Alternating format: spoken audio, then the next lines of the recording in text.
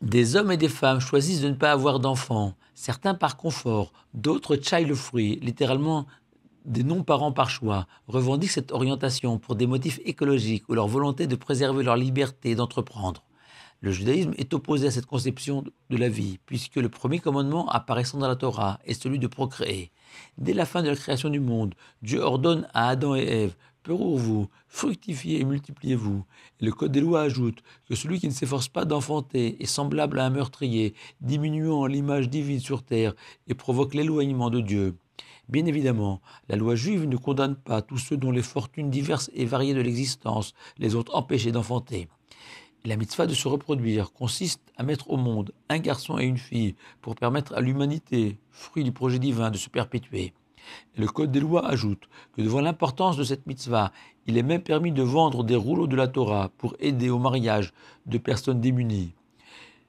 Mais le Talmud dépasse cette exigence de deux enfants en se fondant sur un verset de l'Ecclésiaste. Le matin, sème ta semence et le soir, ne laisse pas ta main se reposer. Et Rabbi Yoshua recommande d'essayer d'avoir d'autres descendants. Cela s'inscrit dans l'injonction du prophète Isaïe que l'Éternel a créé la terre, non pour qu'elle demeure déserte, mais bien pour être peuplée. Et Maïmonide ouvre devant nous de nouvelles perspectives en écrivant: chaque nouvelle âme est semblable à un monde complet qui émerge. Et c'est dans cet esprit qu'il faut comprendre l'insistance de la Torah, notre paracha de Shemot, celle de l'esclavage des enfants d'Israël en Égypte, sur le courage hors du commun dont ont fait preuve les femmes d'Israël de cette époque. En dépit de toutes les souffrances imposées, elles ont continué à enfanter dans des conditions effroyables.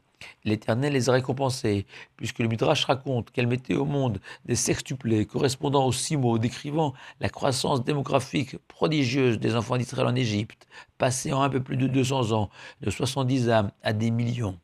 Et nous savons que la sortie d'Égypte préfigure de la délivrance finale et doit nous servir de modèle pour nous y préparer.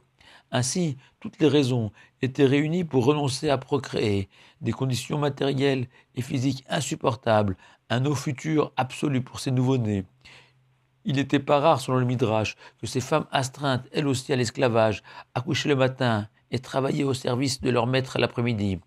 Même le décret de Pharaon obligeant les enfants d'Israël à jeter au Nil leur nouveau-né mâle n'est pas parvenu à briser leur attachement à cette mitzvah. Dès lors, il nous incombe de nous souvenir, dans notre génération actuelle, de l'exemple donné par ces héroïnes au plus près de nous, celui de nos grands-mères ou arrière-grand-mères, à la tête de grandes familles. Même si une régulation du planning familial est légale dans certaines conditions, selon le judaïsme. Le Talmud nous révèle un secret. Le Messie se dévoilera lorsque le réservoir contenant toutes les âmes appelées à vivre dans ce monde sera épuisé. Mais au-delà de cet enseignement kabbalistique, la plus grande des bontés possibles, c'est d'offrir la vie à l'image de notre Créateur qui du néant a créé l'univers. Procréer, c'est réaliser ce potentiel divin qui est en nous.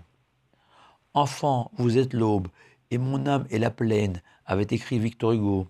Il avait raison. Un monde sans enfants retournerait aux ténèbres. Shabbat shalom à vous tous.